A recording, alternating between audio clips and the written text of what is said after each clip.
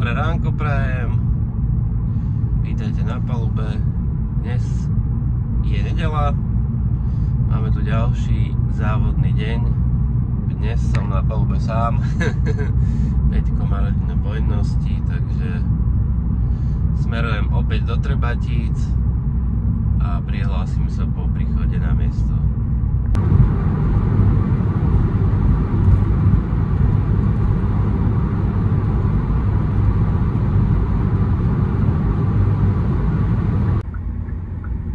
Na mieste motokárova dráha Trebatice.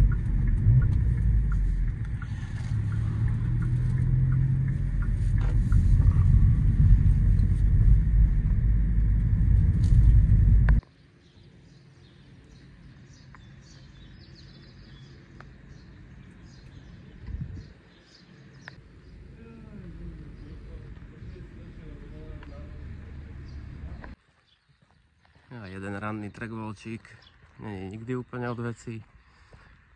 Dnes iba sám s kávou. 7:30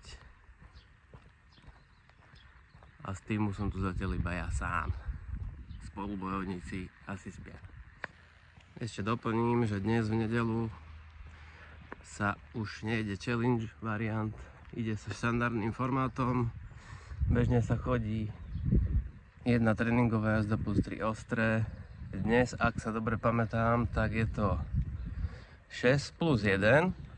Jedna tréningová, 6 ostrých, ale ide sa len jedno kolo, takže to bude zhruba, počítam tak, určite pod minútu, takže taká malá cukuba.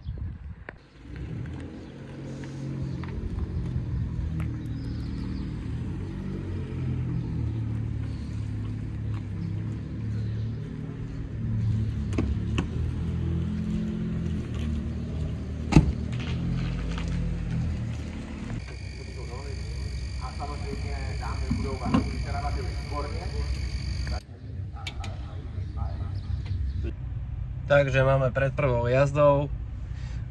Pripomínam, dnes sa jazdí formátom 6 plus 1, respektíve 1 plus 6, jedna tréningová, 6 ostrých.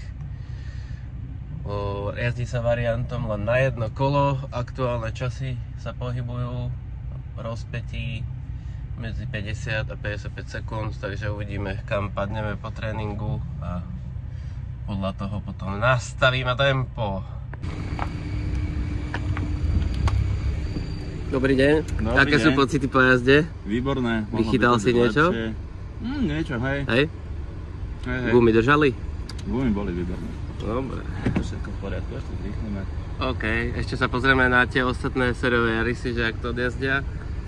Pozrieme, no. Pozrieme. Sa udržíme. Takže máme za sebou 4 ostré jazdy a jednu tréningovú.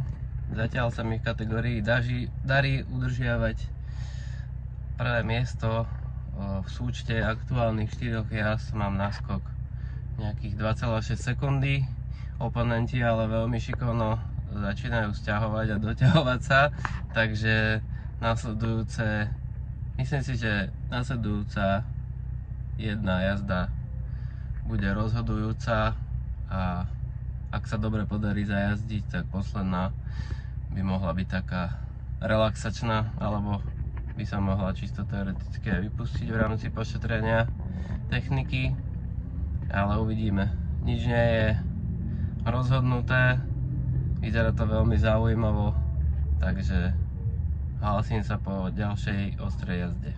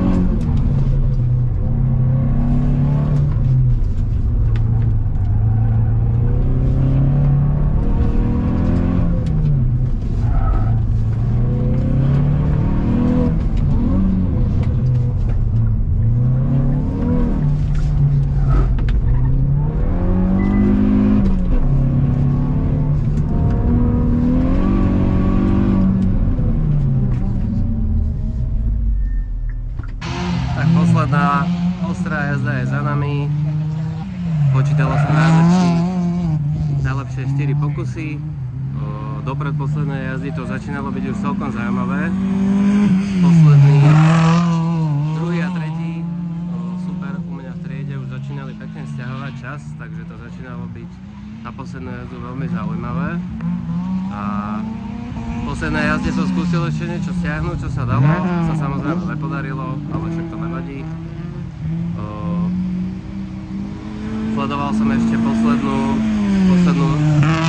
posledný pokus konkurenta z mojej triedy, Mini Cooprom na druhom mieste a posledná jazda mu asi tiež pravdepodobne nevyšla úplne ideálne, takže ukončujem nedeľu v Trebaticiach na prvom mieste s náskokom 1,3 sekundy od druhého. Tak zatiaľ čau. Ztráta 2,6 na vítěze. Michal Isakovič.